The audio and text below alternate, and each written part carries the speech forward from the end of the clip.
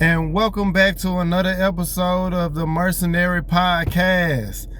I'm your host with the most, Darius Dwight Barber. And we are back with episode 11. I missed you guys. I know it's been over a month. It's been some time. I gotta explain myself. I know I got some explaining to do. But we about to get into that. But before we get into that, you know I gotta start every show off and end every show the same way, always, and that's by giving thanks to my sponsor, your sponsor, our sponsor, God. Because without him, none of this would be possible. I wouldn't be here, you wouldn't be here, and we wouldn't be doing the things that we're doing. So, big shout out to the big G-O-D. Shout out to the big G-O-D always. With that being said, y'all, it is episode 11, man. I missed y'all. It's been a minute. Now, look. A lot of people been probably wondering, like, what's been going on, man? What's been going on? You ain't been dropping the episodes, man. What's been going on? Look, I'm going to keep it all the way 100 with y'all. I could have been dropped the episode. I actually had time to drop some episodes. But a lot of things been going on personally in my personal life that I've been trying to get situated. I had a lot of things going on with my mental, as I always... if y'all know me, I always talk about mental health. I'm always a big advocate for mental health. I've always a big proponent of mental health, of always making sure that you're safe, making sure that you're okay, because mental health is just as important as your physical health. So whenever I get the chance, I take mental health breaks. Anybody that knows me knows this. I have even expressed this a lot, that I go through mental health problems. I go through depression and certain stuff like that, but I'm working it out. It ain't perfect, but it ain't meant to be perfect. You know what I'm saying? It's meant to be worked on. It's meant to be improved. You know what I'm saying? So that's just life what it is. I'm not gonna go any deeper into it. But understand that it's okay to take breaks to yourself. It's okay to take time to yourself. I try not to overwork myself so much, and try to take some time to myself to kind of do some things, like kind of sit back and think, and kind of learn myself a little bit. And I always come back refreshed, charged, and get ready to talk to y'all and give y'all this content.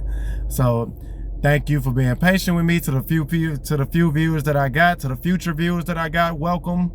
To the viewers that are here, I'm scatterbrained right now, y'all, excuse me.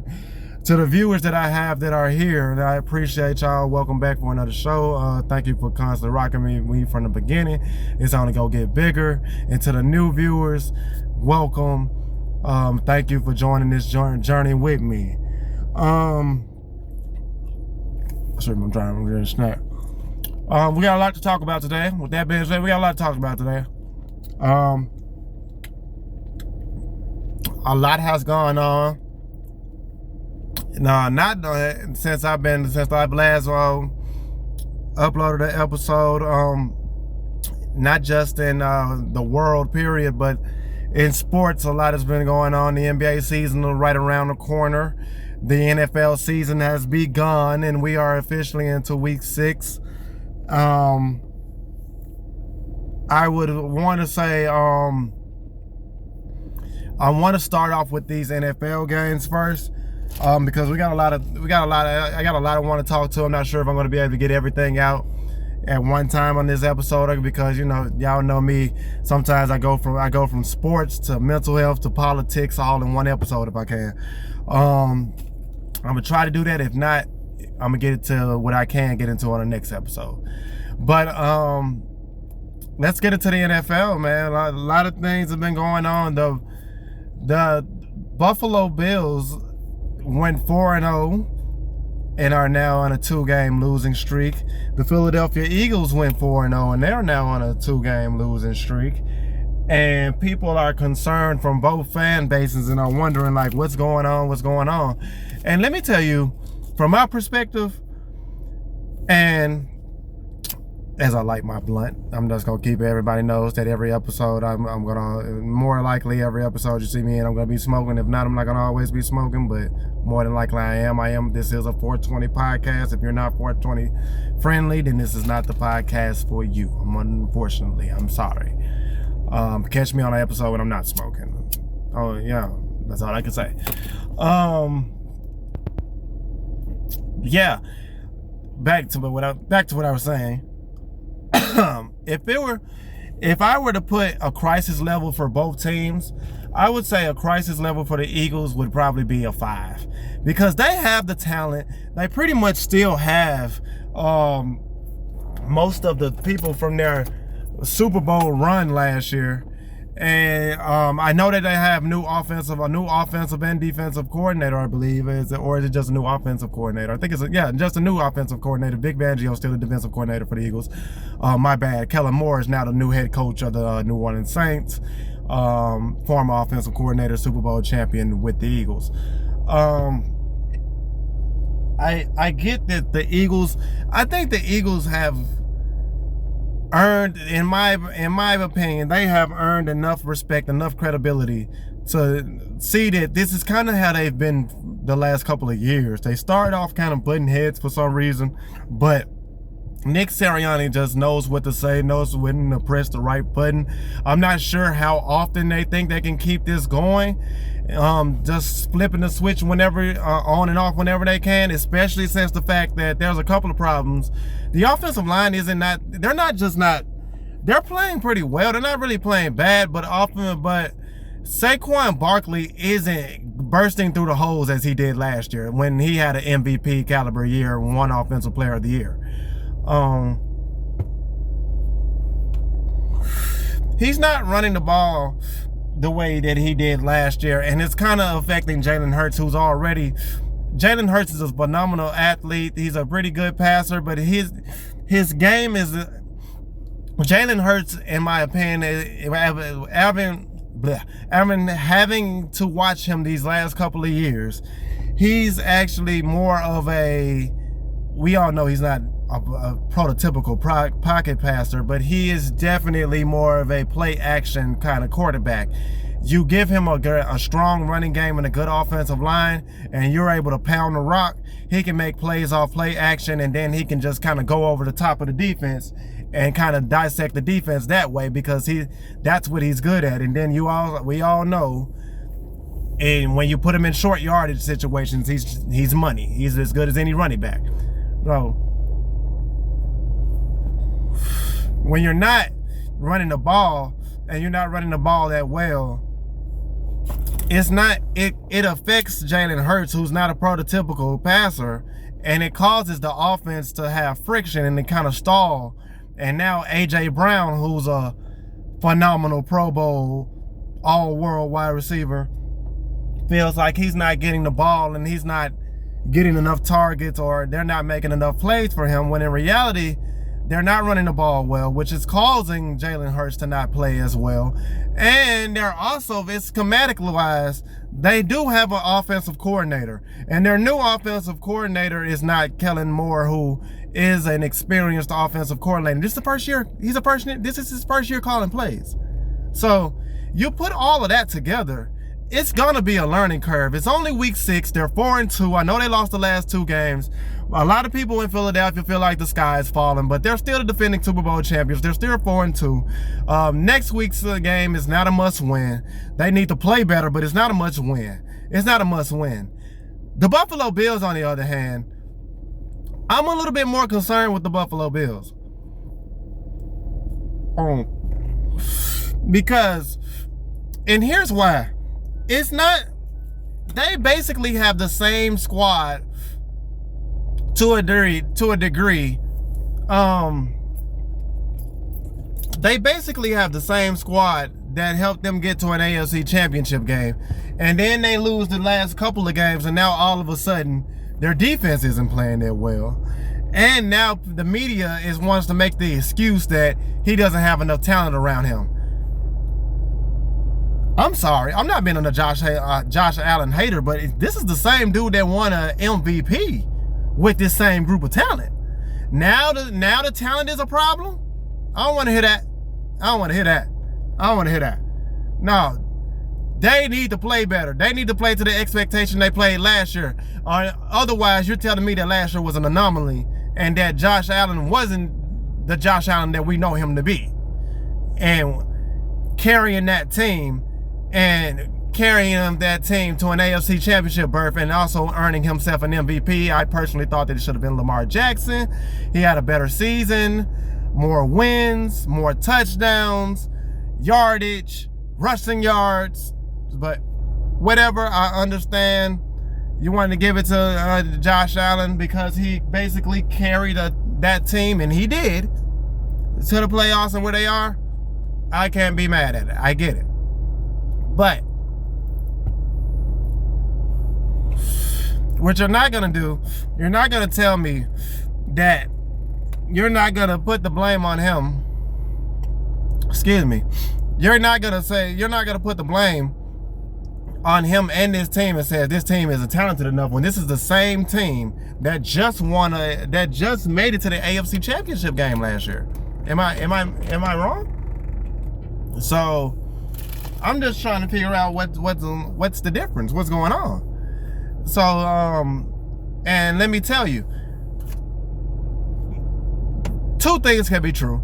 Their outside perimeter game is not as efficient as it was last year. Their second-year players aren't playing as good as they did last year.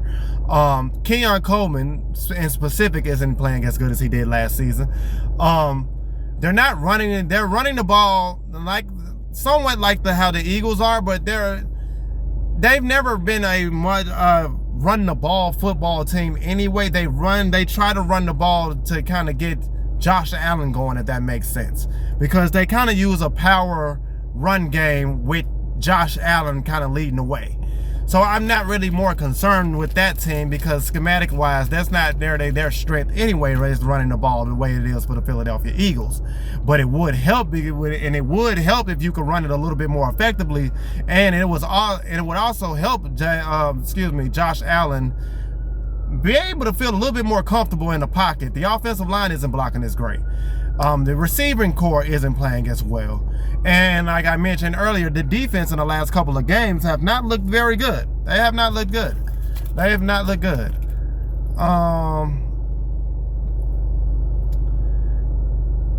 But I still don't want to hear this excuse that this is the same team that this guy won an MVP with, and now all of a sudden people don't feel as concerned. I am more concerned about that team than I am about the Eagles because they're not all around collectively not playing well. And now that we want to blame it on a talent issue, but that wasn't quite the case last year. Even if you want to give Josh Allen a lot of credit, you got to give Sean McDermott some of that credit as well as the head coach and Josh Allen for being able to do what they did last year, and those coordinators to be able to do what they did. A lot of those guys still there. Same coaching staff still there. A lot of those pieces still there, like the Eagles, still there.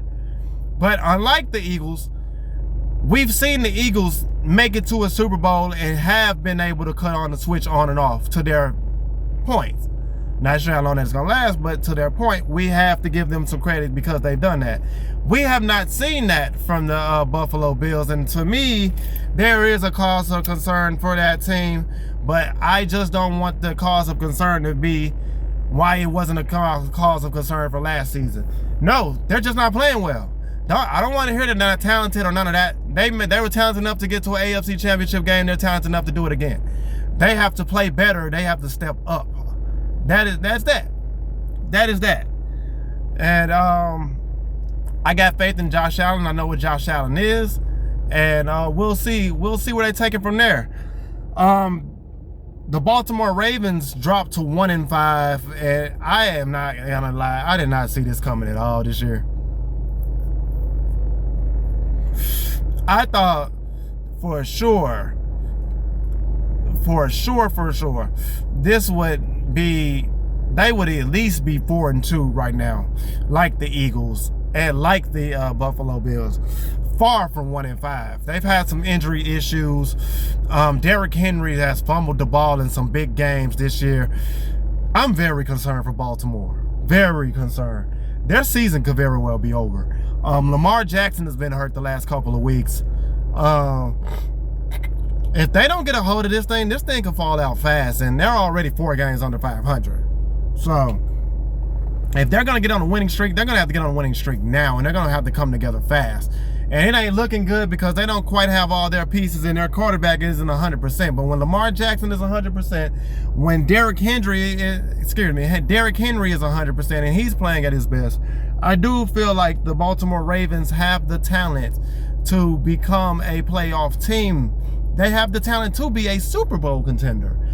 I think there is some kind of psychological damage that is being done to this team in the last couple of years, that if they continue to lose, I do feel like, if not this year, next year for sure, John Harbaugh is going to be on the way out the door.